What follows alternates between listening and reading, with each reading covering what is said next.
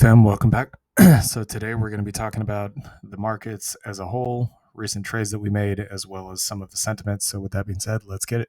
All right, so this is going to be a super short video. It's not going to be very long. Let's get into the content. All right, so Bitcoin is currently sitting at 80,000 or 85,000. It was down as low as like 79, 78,000. I think there's a possibility that Bitcoin could bounce and go back up right off the $77,000 level I was telling you guys about. You can't see it on the weekly, but it is here on the daily. It's obvious. It was a pennant pattern that broke out to the upside. That is a support level of some kind. And then below that, we have 60 to 70,000. If you're a Bitcoin maxi and you've been waiting forever for Bitcoin to drop back down below 100K to pick some up on the cheap, this is your chance. There's nothing saying it can't go lower, but we don't have the candle close on the weekly yet to confirm what's going on right now. So let's take a look at the NASDAQ real quick. And actually, before I go any further with that, I also wanted to show you this. So on the 4-hourly, we are oversold, moving back up on the RSI while the price is moving down. That is bullish divergence. Next thing here is that the daily is also oversold, and we got a nice little bounce off that support. So something to keep in mind there. If you guys are looking for a reversal, this may be it. Obviously, no guarantees, right? So the NASDAQ, the reason I take a look at the NASDAQ with y'all over the S&P is the NASDAQ is more volatile. So in my opinion, it is actually a better measure of volatility than the S&P is. A lot of people may disagree with me, but this is just generally how I feel about it. So, and it based on experience, this has been the case for me. So NASDAQ here oversold on the 4-hourly. It is also oversold on the daily time frame. As you guys can see here, it's been pretty rare that we've actually gotten these. So the last time we got one was all the way back here in August of 2024. So it's been about 6 months.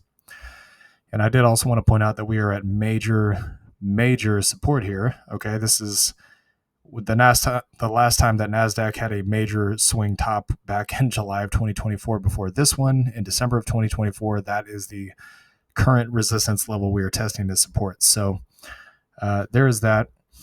So now I want to go into some of the leveraged ETFs. We're not going to talk too deep about any of this today. So go into some of the leveraged ETFs real quick, because the leveraged ones, as you guys know, they're more volatile than the underlying assets. So pretty good measure of volatility and whether something's overbought or oversold, in my opinion.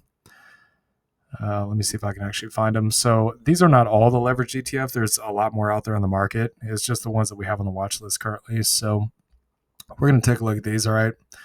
TSLL is pretty far down there. It's oversold on the daily. This thing is down at its maximum point 72% from the swing highs of $40 some a share. So it's pretty cheap right now compared to where it was. We actually have been picking more up. It's also oversold on the 4-hourly time frame. Same thing with CONL. You can see the recent bounce on the RSI there.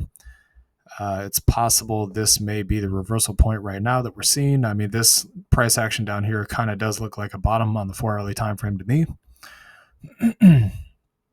And if I just show you guys the measured move real quick, so roughly about 70% similar to TSL to the downside. MSTU has been getting absolutely smashed. This thing has just gotten thrown into the dumpster and lit on fire. I mean, it's crazy. So 87%. We're oversold again on the daily time frame here. If I scroll over to the 4-hourly, you can see this kind of it is starting to look somewhat like a reversal. You got the drop, and then the extra drop further to the downside is kind of a liquidity hunt, and then it looks like it might maybe want to go back up. And keep in mind, these are all leveraged funds, okay? These are all, 2x, 3x, whatever the case. So Soxel, semiconductors, this is like your cell phones and stuff. It's sitting at major support right now. This has been major resistance in the past. This one is, I believe, also oversold on the 4-hourly. Yep. On the daily, I don't think it is, but the rest of them are. Yeah, we're getting pretty close. I mean, it's up there. So NVDL bouncing off support here, as you guys can see, and this thing has also been getting absolutely trashed.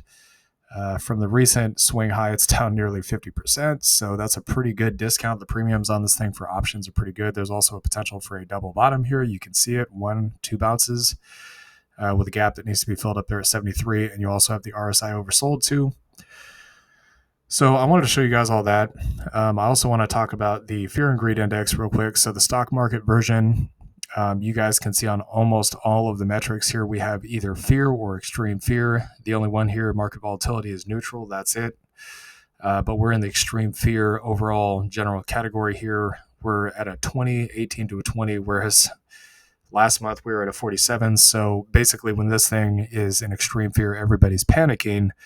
That's the best time to be sitting on cash and wanting to load the boat, which we have been buying too. So fear and greed on crypto also very low. It's at a 16. Last month it was at a 72. So if you guys were looking for dip buying opportunities, they're here. You can see I told you guys before we'd spend some time up here and then probably some time down here, and that's just kind of how it goes over time. When you spend some time down here, that's the time to load the boat. When it's up here for some time, that's the time to offload the boat. Again, not financial advice, but the prices look extremely, extremely cheap right now. So in terms of we'll talk about PCE and NVIDIA. So NVIDIA earnings did have a beat.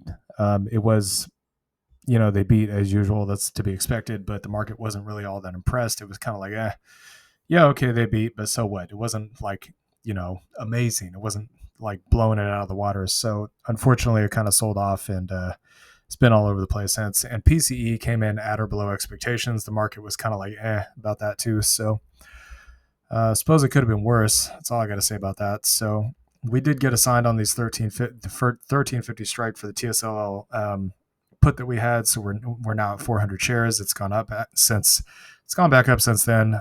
We will get assigned because it's below 1350, and that's exactly what we wanted.